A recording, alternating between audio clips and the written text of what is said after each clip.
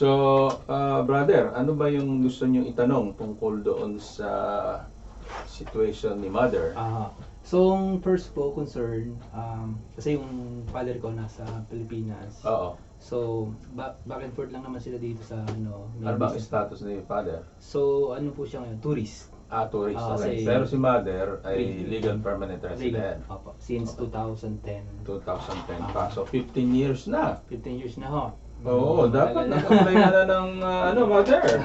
Citizenship para ng Kumuha po ako anytime. ng re-entry eh. Ah, may Lagi na ako re-entry. ng re-entry. For medical reasons.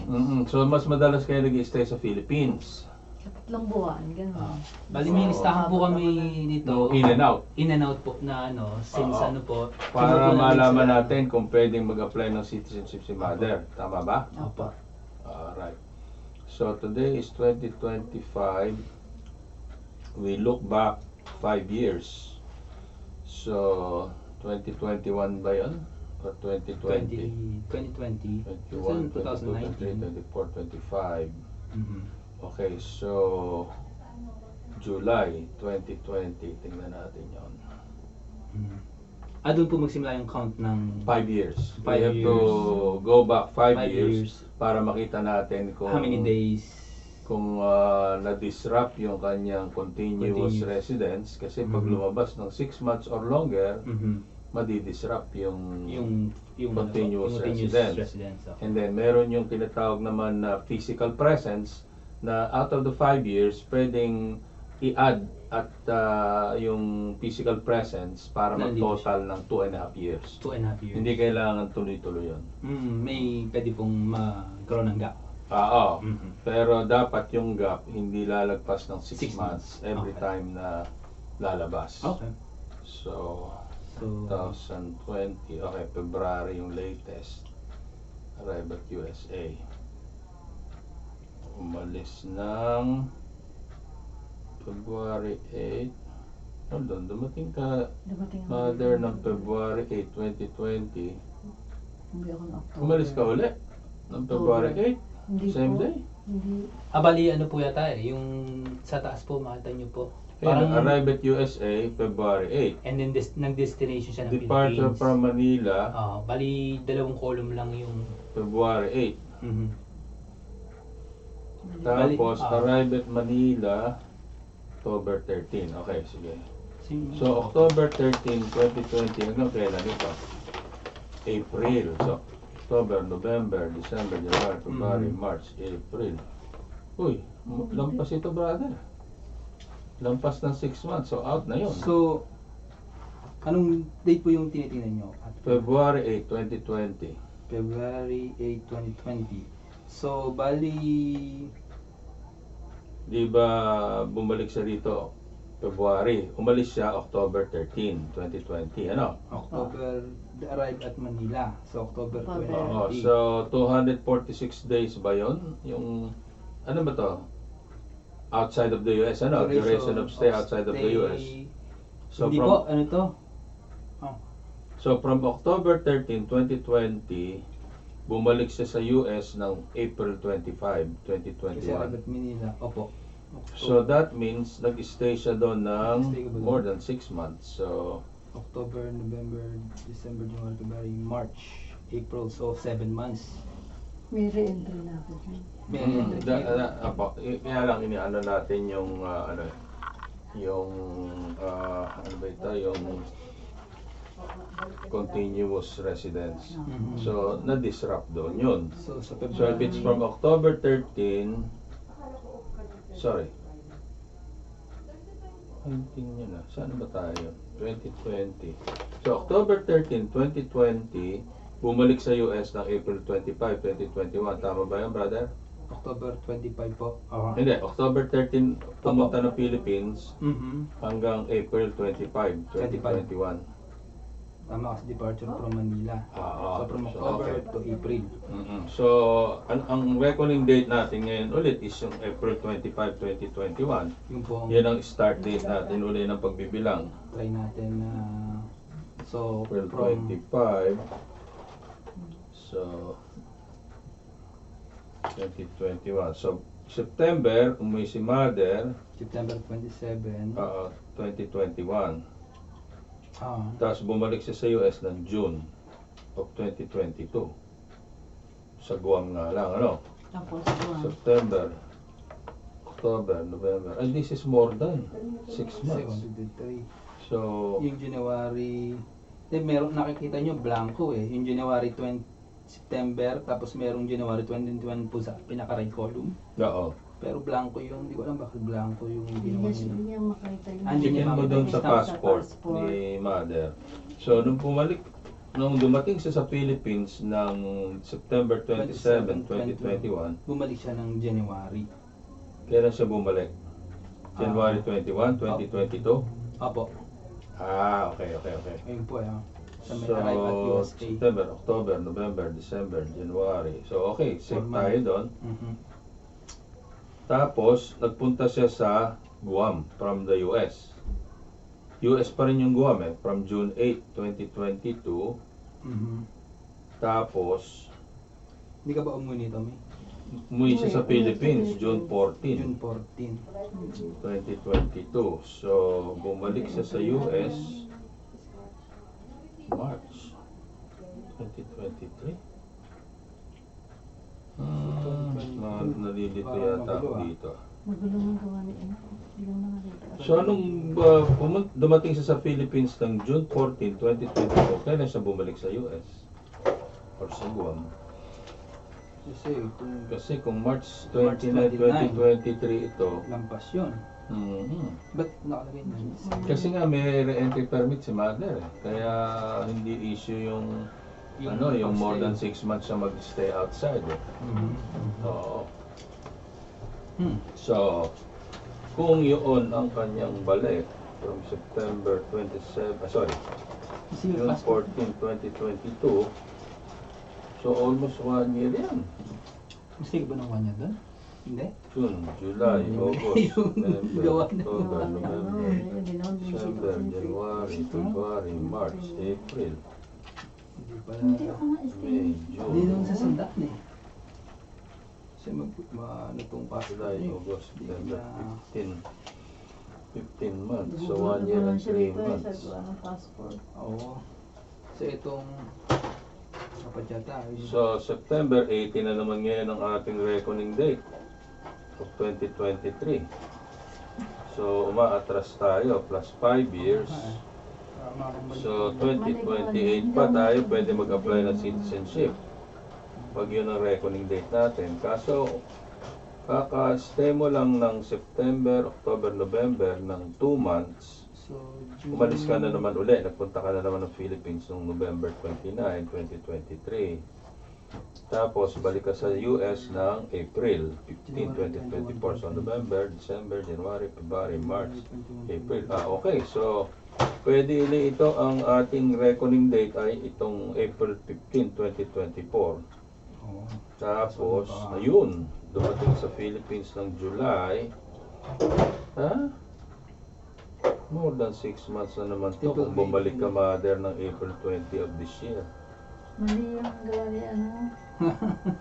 Mukhang mali na itong paggagawa ng mga bata. Oo. So dapat yung yung departure from the US. Oo, kasi parang magulo yung gawa nila eh. Oo. Hindi continuous eh. Kasi hindi po siya nag-stay ng Pilipinas ng over a year eh. Hindi Alam pa mo. ako ma-stay. Mali. Oo. So kung meron dito, lumalabas 15 months eh. Meron Kung na. April 15 ba ito? Sorry. Itong July 15, 2024, arrival in Manila. Mhm. October 15, 2024 ang balik sa Philippines. Sa US, di ba?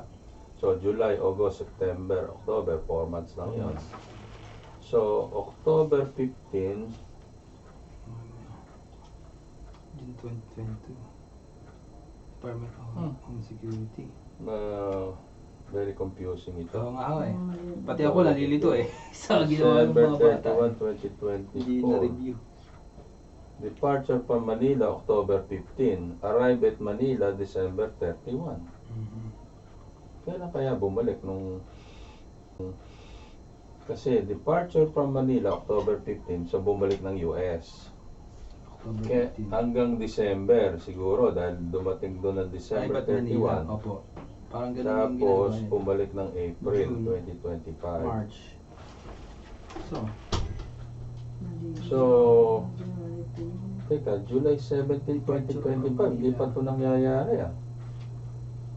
Dahil 15 pa lang today. April, July 17, 2025. Oh, nasa Maynila ka na pala, mother. Babalik Pauwi- uwi ka ba ulit? Uwi ho to sa Thursday. Mm-hmm. Kaya nilagay nila siguro doon. So, February 8, Nothing passport, estimate dates only based 20, on memory, March, photos, April, June, July, August, September. overstay in... Pwede ako umuwi. Oh, sabi overstay in the Philippines for more than 6 months, no lang 2014. So, that means wala kang 6 months na overstay sa Philippines. Oo nga ho, yun lang yung ano eh. Pero Siguro mali yung pagka... medyo magulo ito. Magulo yung call yung ginawa ng mga bata. Oo.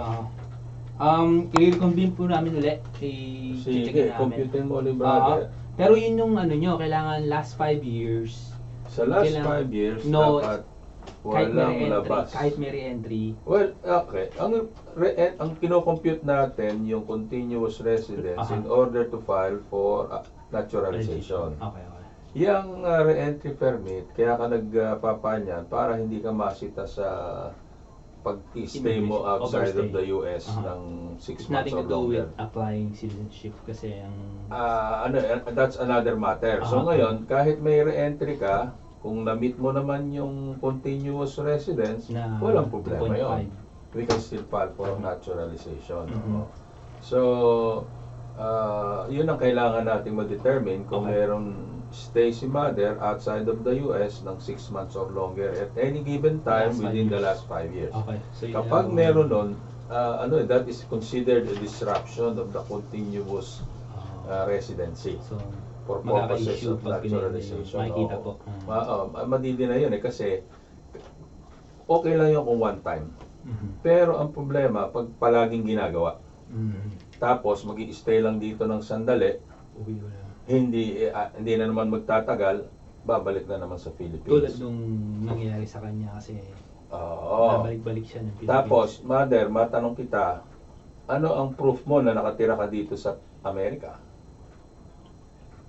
So, yung Ang pangalan mo ba ay nasa apartment ba kayo nakatira, brother, o sa bahay? sa bahay po ng kapatid ko, Okay, so walang utility bills na nakapangalan sa kanya doon, more than likely. meron po. Anong utility Yung bill? internet po, tsaka yung cable. Oo. Tapos yung kapatid ko po kasi dependent siya ng kapatid ko sa Mhm. Navy.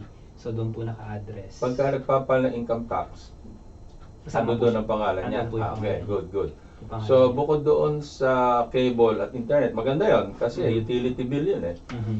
Other than that, wala na. Walang bank car po. insurance. Bank statement. So, may bank statements. May activity naman. Yung Meron naman po. may in and out. Mhm. Meron naman yung mga car insurance, car registration, wala nun. Wala po nun. Okay. Credit cards, statements. Bank statement yun nga po, tapos Okay, medical so meron. bill, Medical bills. Yung Okay, insurance. good yun. insurance po, Mm-mm. So, yung telephone, telephone, nakasama kayo doon sa plan ng kapatid, Wala na. ng anak nyo? wala po. Wala. Okay. So, kasi definitely, hindi ka nagpapala income tax return, mother, di ba? Kasi kiniklaim ka nung ano. So, Kiniklaim at mo, least, dependent. ando doon ka. Ibig sabihin nun, you have been residing with that taxpayer. So, your residence is in the US. So, that will prove that. Okay. So, ang iiwasan na lang natin yung multiple times na more than 6 months. Kasi kung isa lang, pwede tayong Pwede pagbigyan. po. Oo. Pero kung multiple times yun na more than 6 months, mahirap i-justify. Okay. Tapos, mother, pag bibili ka ng ticket sa pag-travel mo, saan natatapos yung trip mo at saan nagsisimula? Yung ticket mo, saan nagsisimula? Yung round trip ticket mo, Saan nagsisimula? LA Kasi o Philippines? ano po, round trip ba yung nakukuha niya? Hindi. Hindi ka bumibili ng round trip. Round trip. Round trip. Pero saan? Saan ka nag-i-start? Saan ka Pag nag-start? bumili ka ng ticket, Sa saan ang Pilipinas. Sa start mo? Pilipinas. So, ang return, Philippines. So, parang doon ka nakatira. So, Kaya dapat- pagka nasita ka, pero hindi kasi sitahin dahil may entry permit eh. Mhm. Pero pagka sinubmit natin yun as proof of your intent, Mhm. parang intent mo eh, Go back to Philippines the ang Philippines. home base mo. Kasi Philippines to US, US to Philippines. Tapos ang round trip. Mhm. Tapos na naman, bibili ka na naman another round trip ticket, Manila to US na naman, US to Manila. So, kailangan pala pag mag-purchase ng ticket, US nasa to Pilipinas. Manila, Ah. Manila to US. So, yun. So it starts at the US, it ends in US. Mhm. Kasi kung wala kang re-entry permit na yon, isang dahilan yon para masita ka, tapos pag tinanong yung ticket mo, oops, ang intent mo talaga Mag-stay manirahan sa ng- Philippines. Not Dahil stay yun ang yung intention mo. start and end ng round trip ticket mo. Okay. Mm. So, next time pala. Baguhin natin, palitin natin. So, ngayon po, uwi siyang Pilipinas. Ganong katagal daw mag-stay sa Hanggang Pilipinas? October. Hanggang October. Babalik po July, siya. August, September, October. Last So, week 3 of months. September. Last Ah. week of September. Wala naman po siyang magiging problema pagbalik niya. Wala. As long as the re-entry permit is valid, Yeah, may And then No less than question 6 asked. months. Less than 6 yeah, months. less than 6 months. Actually, you can go straight there for 2 years. Hindi ka masisita doon.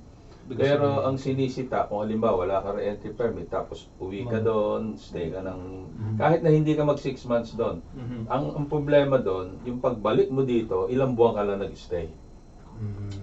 So, nung unang dating mo dito, mother, nag-stay ka ba ng 6 months or longer? Hindi po eh. So, lumalabas na she never resided in the US. Kasi in order to establish your residency in the US, Mhm. kailangan mag-spend ka ng 6 months straight. Mhm.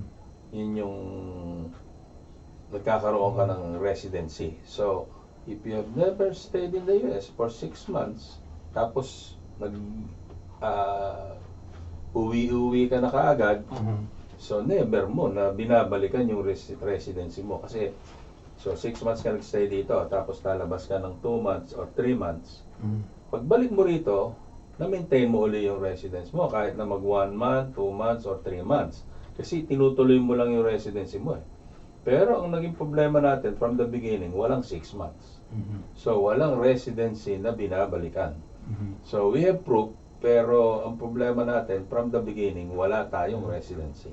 Okay. Yung po ba pag sa citizenship yun, kasama po yun o yung last 5 years? Last 5 years Okay. lang ang tinitingnan. Mhm. Pero in the last 5 years, Kailangan walang 6 months 6 din. months na Diba? mag-stay dito. Oo, dapat merong 6 months stay Mhm. bago mo masabi na nire-resume mo yung residency mo. So, pag wala ka ng 6 months, you never resided. You were never considered a resident Okay. pagka wala kang 6 months. So, yun ang ating simula. Kailangan tayo mag-establish ng 6 months. Pag naka 6 months na, yun, pwede na magbalik-balik ulit. Mhm. And together with the entry permit, para nang no questions asked, mas maganda yon. Mhm. Kasi kung walang re-entry permit, ay matagal nang Matagal ginupit na. ang green card ni mother. Oo. Dahil kasi nga, ay never siya naging resident dito. Mhm. Tapos yung intent niya, Philippines.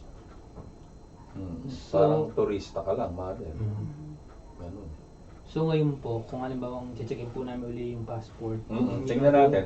naglampas po siya hindi po siya nakalampas ng 6 months sa Pilipinas, pwede po pong mag-apply ng citizenship? Make sure na meron 2.5 years 2.5 na physical presence. Okay. Kasi kailangan yung dalawa na yun ay Ah. magtugma. Okay. Less than 6 months each labas. Labas, Tapos dapat may total of 2.5 2.5 years total na in the nag-stay last siya. 5 years. Okay, doesn't matter kung may gap or... Okay lang may gap, basta ito total yung number of days in the US. Kasi medyo malabo yung ginawa nilang... Oo, medyo mahirap mahirap intindihin. Mahirap tuntunin ito eh. Nga kasi dito yung call hindi namin at No, pero according dito, 2014 pa merong huling nag 6 months or longer sa Philippines. yung Kasi doon sa legend, pagka Aha. light yellow lang, Opo. walang overstay. Pero ito, tingnan mo brother, may 246 days. Yun nga ho, hindi ko alam kung Saka error may- yan o May maling 153 eh. So, i-double check po namin. kasi ang 180 days, yan yung 6 6 months na yun. Oo. Kasi may 246. Yung 246, definitely, lagpas yun. Oo nga ho eh. Hindi ko... Pero sang-ayon dito sa note dito, kailangan dark orange ito. Dapat dark para orange meron- siya kasi wala naman eh, 246 di ba? So, So, medyo- talagang merong ano. Confuse yung... Oo, yung... Ang gawa niya.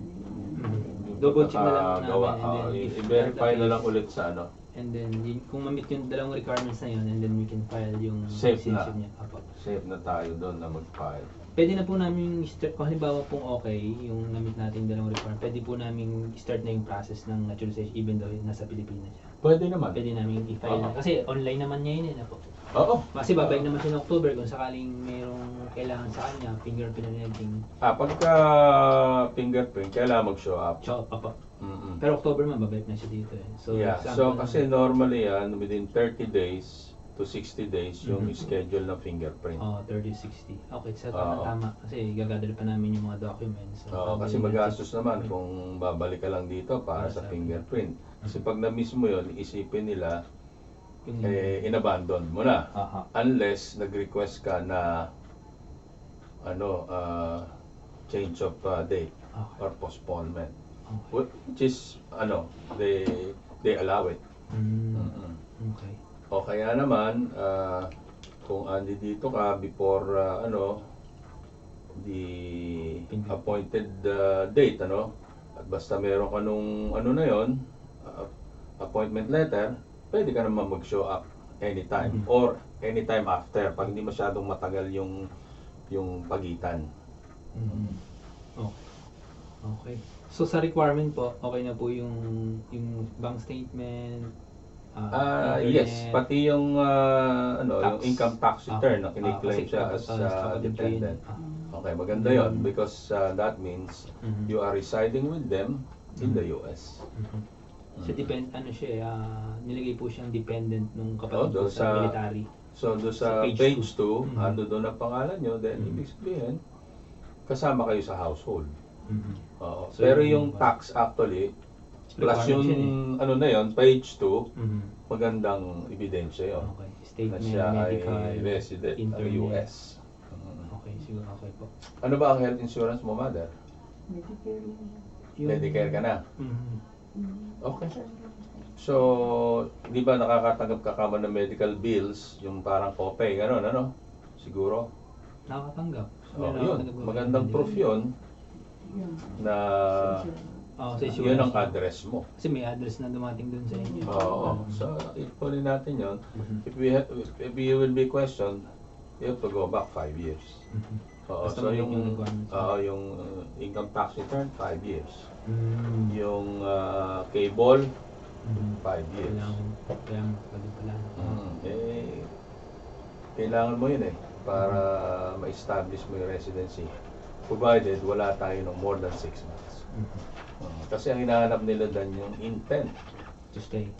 to be live citizen, in the to be US, citizen. to reside. Mhm. So doon makikita yon. Okay. Any other concerns or questions? Kung halimbawa po ma-file po yung citizenship, right? Oo. Alam ko may interview yan eh. Yes. Mayroon po bang exemption sa how many questions, sa test? Okay. So let me give you an idea kung ano ang mangyayari sa interview. On the day of the interview, ang itatanong lang, pag dating mo doon sa interview place, tatawagin yung pangalan mo, bago ka paupuin ng officer doon sa kwarto niya, sa upuan, papanumpain ka muna na magsabi ng katotohanan. Kasi yung interview na yun, under perjury, penalty of perjury. So ngayon, ang tanong dyan ay 10 tanong lamang sa civics and history. Kailangan masagot mo lamang yung 6 out of the 10. Pag nasagot mo ng tama yung 6, ay pasado ka na. Ngayon, yun namang English test, dictation yun pasusulat sa'yo, bibigyan ka ng sentence. Ang isang example, halimbawa, the day today is Tuesday. Ganun kadali yung English test or there are 50 states in the United States. Mhm. Or I had ham and egg for breakfast. Susulat lang. Susulat mo lang yun. Na English. Oo. So, pagka nasulat mo yun at tama dun sa sinabi niya, Mhm. pasado ka na. So, yung 10 questions, sa ano po yan? Mga citizen? Sa mga Available yan doon Sa sa mga- USCIS website. Aha. Meron silang 100 questions Question. doon. Ngayon, pag nag-fingerprint ka on the 30th, in 30 days or within 60 days, nagmimigay sila nung reviewer doon dati pagka nag-show up ka sa fingerprint.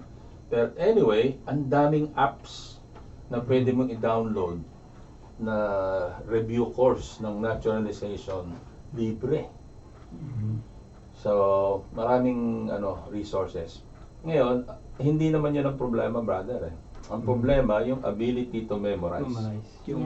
So, ngayon, ang binibigay kong tip do sa client ko, meron kasi kong client, magbabasa lang siya, sumasakit ang ulo eh. So, kaya sabi niya, problema ko mag-memorize. So, ngayon, ang sinasabi ko sa mga client ko, magsulat ka ng question and answer, 5 lang sa isang araw. Everyday yon, gagawin mo yon hanggang sa maubos mo 100. So, 20 araw lang yun, nagawa mo na yung So, ulit ka na lang ulit. Para nang noon, parang muscle memory, kahit na hindi mo mine-memorize, basta sinusulat mo, parang tumatanim eh. Kaya, without any effort, except yung writing, yung actual writing lang, memorize mo. Hindi ka mahihirapan.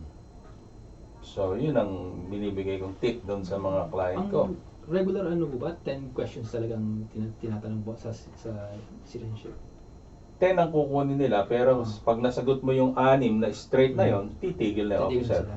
Hindi na itatanong yung 4. Kasi So, 10 nasagot- lang talaga ang max na tinatanong nila. Hindi, ganito yan, brother. Kung halimbawa, ang mali ni mother is 5. So, ang tama niya ay 5. Bibigyan ka ng chance. Kukuha uli ng another 10 questions. Yung officer, kailangan 12 ang masagot mo out of 20. Ngayon, kung talagang, kung bumagsak ka pa doon, kung mabait yung officer, i-reschedule ka for another day. Oo, yung ibang officer, hindi sila mabait, ibabagsakan na niya agad. So, pero more than likely, pagka pinakiusapan mo, officer, I think I'm not too prepared, I'm nervous, so pwede bang schedule mo na lang ako another day? Baka pagbigyan ka. Oo. Kasi yun ang problem nung yung kinakabahan, Yes. memorize lahat, pagdating doon, parang, ba't nalimutan ko yata lahat? So, pwede mo naman ipakiusap. Pwede mo mag-request ng interpreter kung Qualified lamang ang actually interpreter. Pwede naman. I think so. In fact, may exemption sa English test kapag you are a green card holder for more than 15 years. Ito po yung information na nakuha namin sa US. Ano yung 15 years? 15 years na Kasama green po card. doon sa 20 years. Yung tanong na 20. 20 question. Oo, 20 pesos. Ilang taon na ba kayo, mother? Pag 50 or more, kailangan 20 years kang 66 green na po card. ako eh. Ha? 66. O, ano ka na dito? Qualified ka na. 65 and over, 20 years na green card. 20 years. Pagka Wala pa. 50, dito ka, 55 and above, and 15 years or more na green card, exempted ka na sa English test. Pero, civics test ka pa rin. Ang civic test po ba yun yung... History and Yun po yung 100. Yung 100 question. Oo, kukuha ng 10 So, sa writing, 100. hindi ka na Wala ka na doon sa English sa test. English test. Doon na lang sa civic yung 50 questions na 10 yung huhuli. Mhm. So, alam mo, hindi ko pa nasubukan na magdala ng interpreter. Teka, nakapagdala kami ng interpreter kasi nga qualified na siya dito sa 15 years. So, inalaw naman ng officer. So yung misis ko po na citizen din siya, Oo. nakita niya may edad na rin, may kasama mga interpreter din. Yeah. So, yeah, they allow it. Lalo na kung qualified ka dito, exempt ka sa English test. English test. Oo. Kasi kung di ka exempted sa English test, useless yung interpreter. Kasi you still... Kasi kailangan ka rin Masulat. mag-ano ng English test eh. O isusulat eh, hindi naman kahit interpret sa iyo yun in Tagalog, isusulat mo pa rin yun in English. Kaya it will not work kung hindi ka exempted Okay. sa English test. So, siguro focus na lang po kami dun sa last 5 years sa passport. Siguro naguluhan yung bata eh kasi siya yung gano'n ng mga dates sa dami ng stamp. Doon sa Philippine passport kasi, na mahirap pagtagpo-tagpo Oo, yun yung eh. dates eh, kasi stamp maraming yan. Kasi Siguro, dito pag may re-entry, katulad dalawang pasok ko dito, pag may re-entry, hindi na nila Hindi tinatatak. Hindi na po binubuksan. Basta nakita nila na may re-entry, Okay. bibigyan na uli sa inyo yun. Hindi ka na tinatatakan. Hindi Oo, mo makita kaya- yung... So ang ano mo na lang is yung departure mo from the Philippines kasi more than likely yun din ang date of arrival mo in the Arrival US. dito. Kasi ang Philippines, arrival and departure, nag-i-stamp sila. Aha. Oo, so doon mo hahanapin na lang, i-assume mo na lang na yung date of departure mo sa Philippines, yun din ang date of arrival mo sa US. Hindi ba makita yung, di ba sa ano kayo, freaking flyer kayo ng Philippine Airlines? Wala ba kasi kung bibili kayo yung ticket sa website nila, they should have yung back, yung pag-alis tsaka pagbalik. Ang alam ko kung member ka nung kanilang Yung mileage Oo. club nila, parang merong ano doon eh. Baka makakuha ng Lista. record eh, di ba? Oo. Kasi doon naman kayo bumibili ng ticket since Mm. din eh, simula na. Yeah, may record yun. They should, Kapag kasi mas ka... accurate yun. Mm-mm. Kasi binibigyan ka ng miles doon eh. ng ano eh. Oo, Kung alam from nila to yung dates ng pag-travel miles mo, ka, kasi- yung doon sa ticket. Lalo dun dito kasi medyo mahirap dun sa ano eh. Kasi Tontonin. unless... So, kung gusto mo nga, mag-focus ka doon sa, kasi ang Immigration Philippines, pinagtatabi nila yung departure at saka arrival doon sa trip na yon. Sa page na yun. Sa page na yon, pinagtatabi nila yon. Kaya para madaling hanapin. Mm. Oh, yun ang experience ko doon sa stamp ng immigration parang, sa Philippines. parang ganun. So, Pinagtatabi nila. Yung uwi mo ng halimbawa, dumating kang July, umalis ka na October, pinagtatabi nila yung arrival and departure na yon Mhm. para mas madali mo. Pero pwede po akong umuwi.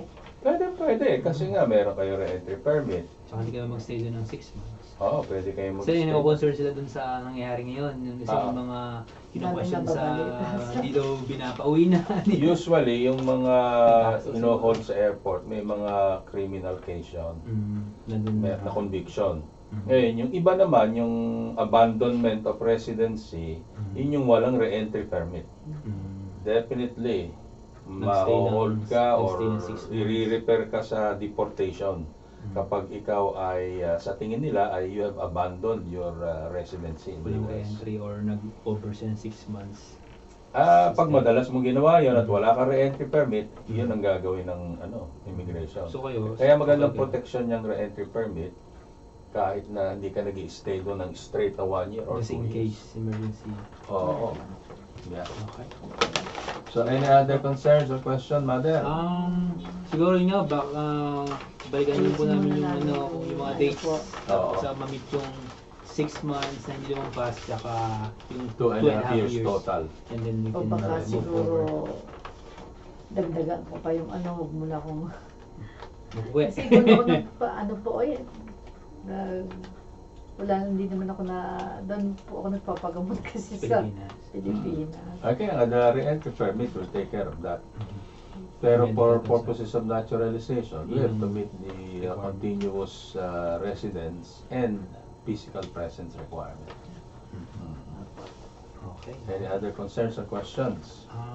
As of now, yun lang po. Sige. Sige na kami. Okay. Po, kuya.